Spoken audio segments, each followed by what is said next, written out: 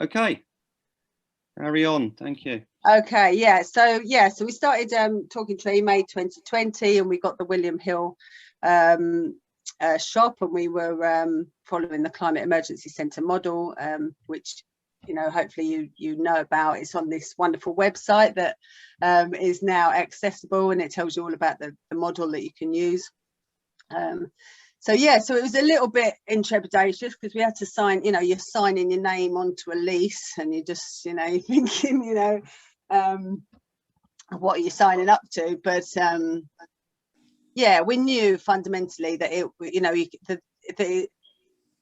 was a sure thing in a way, because it was fine anyway. So we went with it, and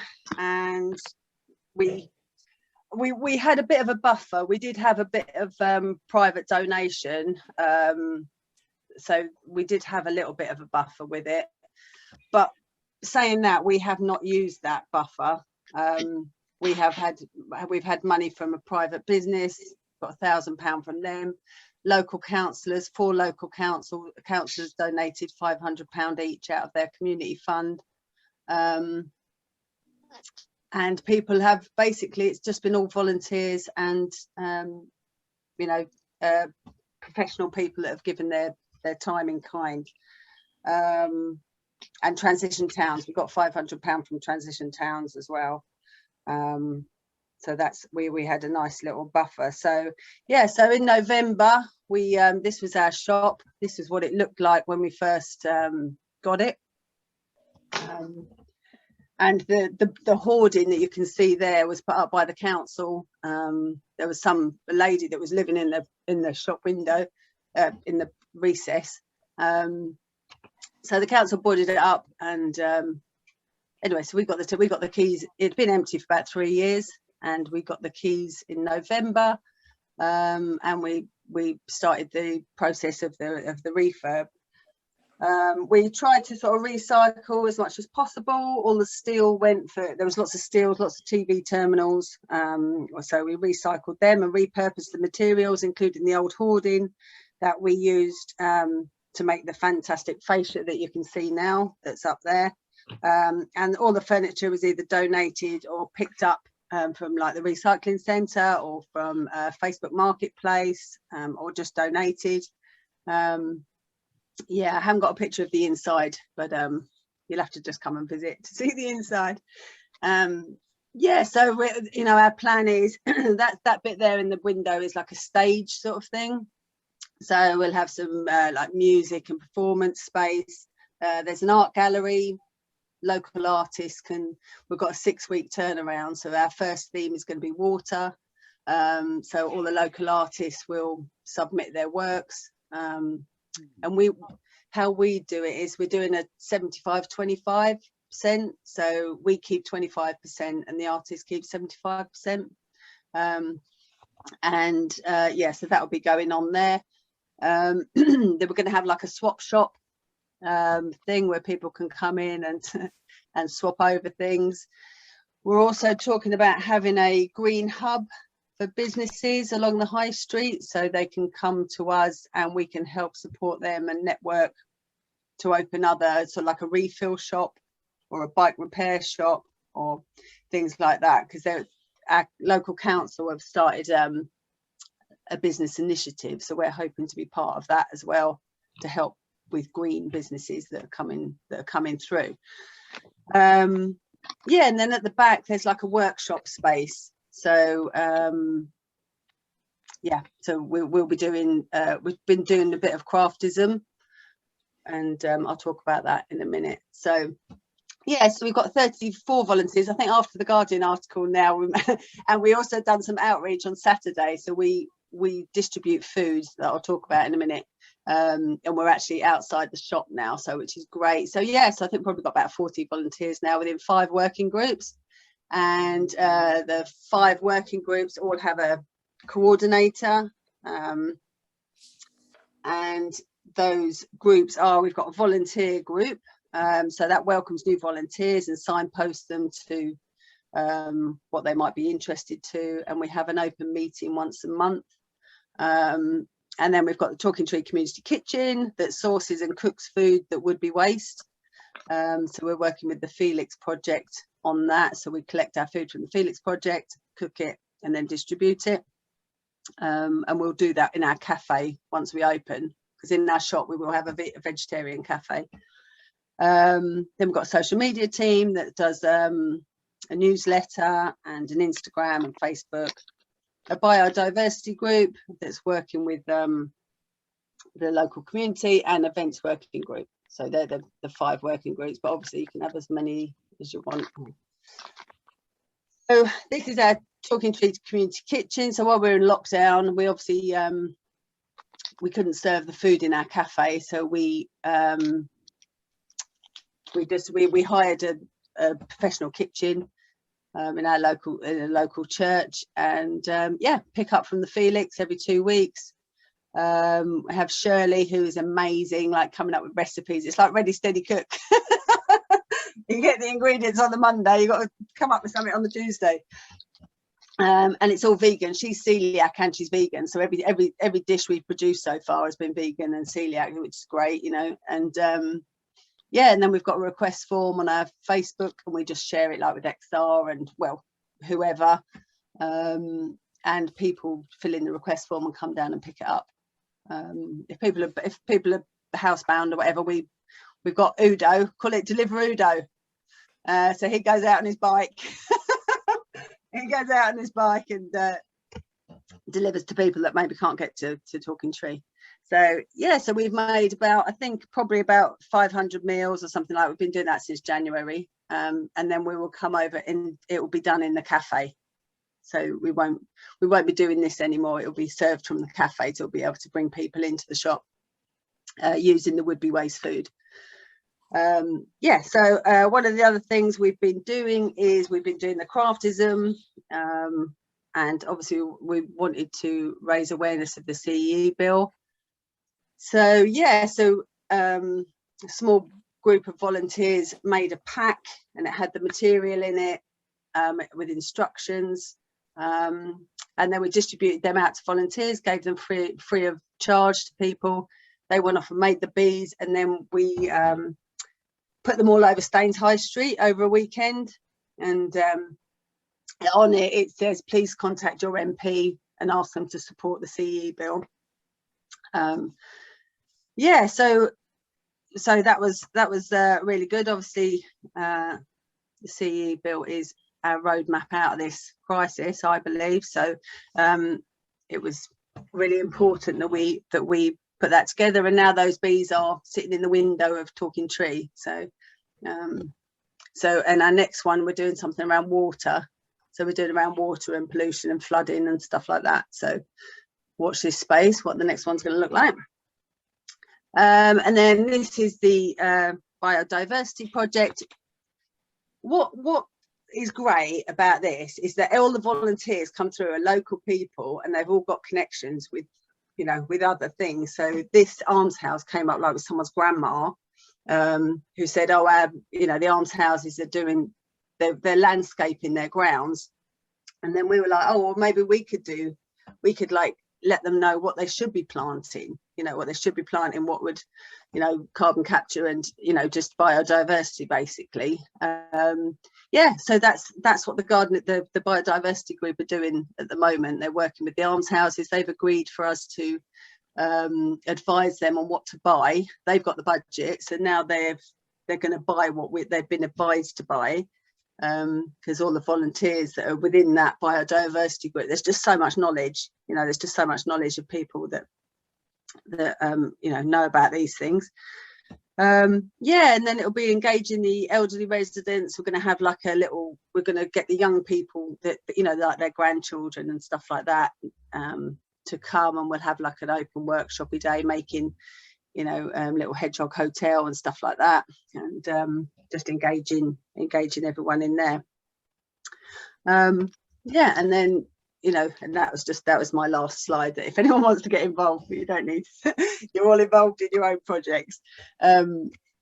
Yeah, so that's where we're up to at the moment. And we've just been, I think probably either from either from the Green Festival or from the Guardian article, Surrey has asked us to be on their advisory for their strategic environmental policy. So Tony and I are going to go along and sort of maybe advise, or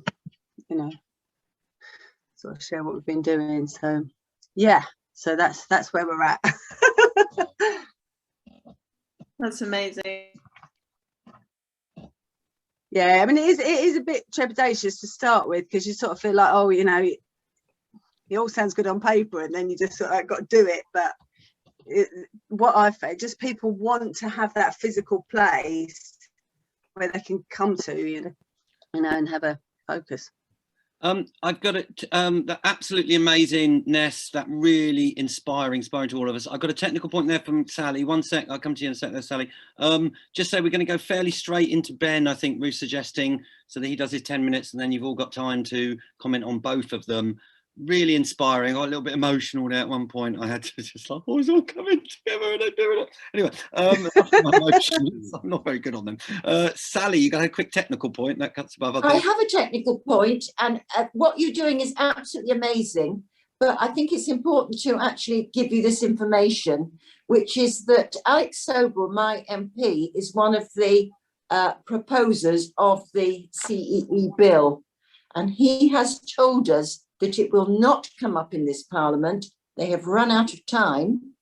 So what I suppose what will need to happen is that to put pressure on for it to come in the next Queen's speech. It will not be coming up in this Parliament. Okay, good info, Sally. Well, we'll come back to that. The Climate Emergency Alliance has got in touch with Ilford. They want to come and do something there. Shall we go over to Ben? I thought that was brilliant, Ness. Thank you so much. Really inspiring. Wave your hands, people. Give it some love there for Vanessa. Big up the Talking Tree, massive Staines, east and west side coming together. Okay. Enough of my cabaret compare nonsense. Over to Ben in Zero Carbon Guildford. Really glad to come this week, Ben. And yeah, that was really good, Ness. That was really good, Ness. Yeah, I did not come prepared. I wish I'd gone first, so that it wasn't anti-climax after that. Cheers, Ness. They've been building strong foundations in Guildford. Lots of working groups, lots of preparation policies and things. Go over, Ben. Yeah, so we've had a kind of a different experience really to what most other groups have had. So quite a lot of groups have sort of landed on their feet finding a building, really. Obviously, Staines, as Ness said, got one quite quickly. Godalming, who are setting up as well, actually a green councillor there, already held like green drinks in a place they've got the lease on, so they sorted it. Swindon kind of formed because they were offered a building. And we basically started, I suppose, around the same time as Staines. I had already been working informally on building a bit of a network in town between a lot of social and environmental groups, and really trying to get more social groups involved in environmental stuff to try and emphasize like the underlying factors and how they're all, how homelessness, poverty, racial, class, gender inequality are all linked to climate breakdown and ecological destruction. So trying to sort of, and we had like an email chain going where when one of us was doing something between about 15 to 20 groups, we would all like forward it through our networks to try and get more support for it. So we'd sort of already been informally working on that. So the networking part of this actually came quite simply.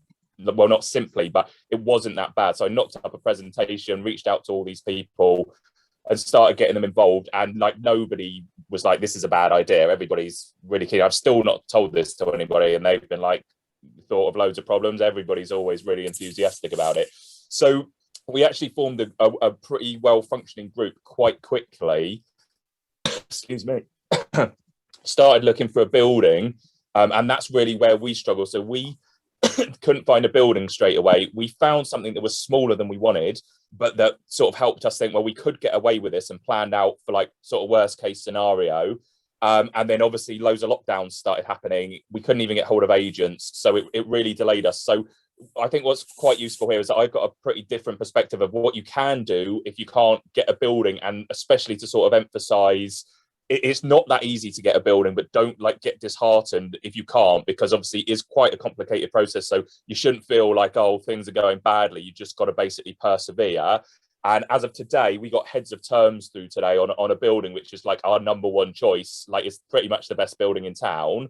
I mean, it's kind of a jump, but it will be amazing. It's a brilliant location. Which one? Where is it? It's on. Do you know, if you walk down North Street in Guildford, there's that weird bit of circular pavement. It's almost like a bandstand. It's right there. So between the new McDonald's and the TK Maxx. So it's 3 floors. It's pretty big. The ground floor has 3 levels. So it's kind of like a section of an amphitheatre. So it's perfect for like setting up like a little stage and having gigs and talks and stuff in there. So it's far from a done deal. Obviously, we've got to agree heads of terms and then go through the whole lease process, but it is a pretty big step forward. And we're really trying to like temper our, well, we've been saying like, don't get too excited, but we're already failing quite badly on that. We've pretty much planned it all out to move in there already. So it'll be a real kick in the stomach if we don't move in there. But the point being, like, don't get disheartened if you don't find anything straight away, because there is a lot that you can do. So we obviously had to deal with quite a few lockdowns, and not having a building before lockdown started meant that it was really tough to be trying to get in anywhere to find one. So we've spent that time really working on like governance, structure of our legal entity, doing a lot of outreach. So we are now officially registered charity. So we're an actual like climate and environmental charity, which is quite a complicated process, but is all right to get through. And we put a document together on how to do it. But we really landed on our feet because when I reached out to the Time Bank, it turned out that the guy who set up the Time Bank also works for a third sector charity support group. So he actually deals with quite a lot of this anyway, and now he's helping Godalming, and Farnham reached out to him today, so he had a conversation there. He actually has his job, people set up for charities or CECs. So it just goes to show, like, if you find the right person and you just keep reaching out through people, it really makes a massive difference to the amount of work that you end up doing. And like your expertise, obviously. So we're now officially a registered charity. Before Christmas, we got a £2,000 fund from grant from Transition Network to set up a vertical farming project. And then we've basically been working on policies, which is a really horrible part of it. We spent like a lot of time writing a load of policies, and then 6 hours going through it as a group, sorting out policies. We call it Policy Fest to make it more enjoyable. Doesn't work. It's still pretty shit. But that obviously all of this is stuff that needs to be done, and although it's like it feels quite overwhelming to do a lot of it at once, so having this spaced out actually has been quite good for us. So we've got to a point where we've like really managed to get our structure sorted, but obviously we would have rather just get a building and get in and do this as like learned as we go. So I definitely think like it's worth hanging on for a perfect building or something that you're really happy with and not settling. But it is obviously quite important to get open. There's a massive difference in how much you can do if you have a building and you're open compared to the less tangible idea of what we've been selling to people. So, I mean, most people get it, but it does involve like talking for quite a long time to get people to understand it and really presenting it in a way that makes it quite simple until you sort of hook people in. So we did a lot of that. And then we spent a lot of time working on what's going to happen in the building, and like the groups that we would get involved, the people we get involved. So through doing all this outreach, we've basically managed to get a person who set up a baby clothes library. They are going to move it into the centre, which is really good. She got rid of like all the stuff she collected within the first 3 weeks. It's so popular, and she's now stuck because she's doing it in a house, so she can't actually develop it or expand it anymore. So bringing it into our centre means that this can be like a sort of community circular economy scheme that really cuts down on waste, cuts down on consumerism, and is like a really good educational tool as well.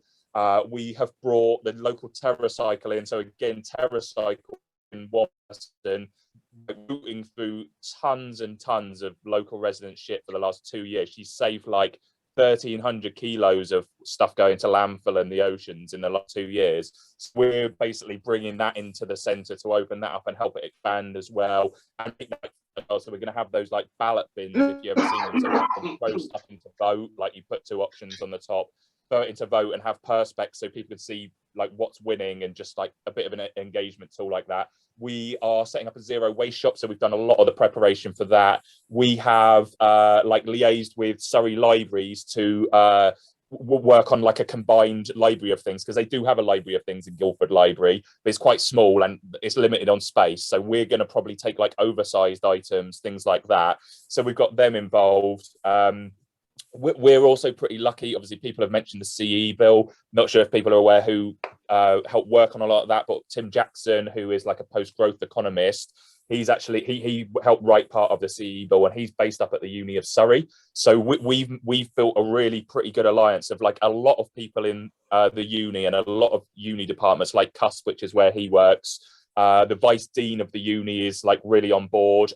We've got quite a lot of council backing. We've got the local BID, the Business Improvement District, which is called Experience Guildford, involved. So that's going to be a major leg up, basically. But like Nick says, what we're doing, one of the things we're working on with the council is a green business forum, where we try and get businesses to share, like particularly regenerative business, like not many people really understand what a lot of that is, and sustainable business tips to try and draw people in.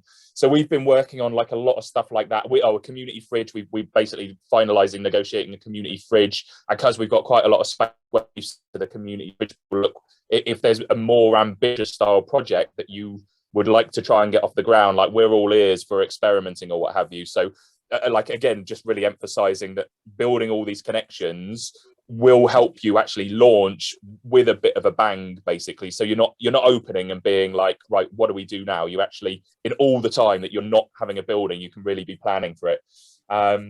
So yeah, that's really what we've been doing. Ready, hopefully, that when we got the heads of terms today, they said looking to give possession over in June. So we'll spend probably a month renovating it and then try and open in July.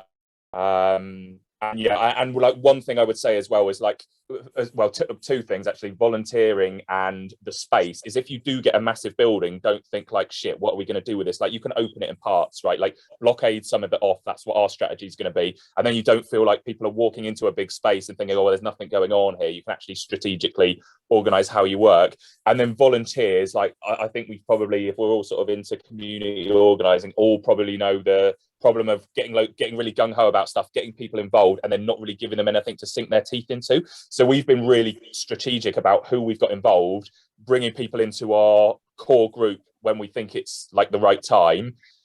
And then we're now starting to reach out to volunteers saying we need this, and this, because we don't want to get people going, yeah, I'm really enthusiastic about this, and be like, fine, like check back in 3 months or whatever, because you'll just lose them, basically. So a little bit of strategy on that is useful. And yeah, just like as much sort of networking as you can. We've also, another way we've landed on our feet, and this is, I'm saying it's luck, right? It's not really luck, it's just extensive outreach, basically. But a lady who used to run the Herne Hill Community Centre above, they got a similar thing, but off Network Rail, they took the top of Herne Hill train station and turned it into a community centre. She's just moved down the road, and one of our core group members works for C40 in London, and he knows her, so she's moved here. So she is now like a ready-made centre manager with tons of experience on stuff that we'd had no clue about, like running a community centre. So it's well worth just reaching out to as many people as you can to see like just where things go, basically. I really can't emphasise that enough. I'll put a link to our website there in the chat so you can have a look at it, and look at some of the other projects we've got going on. Awesome. But yeah, like that's probably, I'll stop talking now. That's probably the best bit of advice. Incredible, Ben, incredible. And Vanessa, you're so inspiring. Can we have a little Mexican wave across all the screens? That is just really illustrates how you can bring so many things together, you know, from getting a building. It's so lovely to hear it all. I was getting all emotional hearing both of them, and then it was like, Guildford's getting a building. Oh my God. Anyway, sorry, I'm just getting a bit emotional. We like excitement on the Climate Emergency Centre UK network. Excitement makes things happen. Yeah. Ruth, isn't that so beautiful? Just listening to them too. Oh my.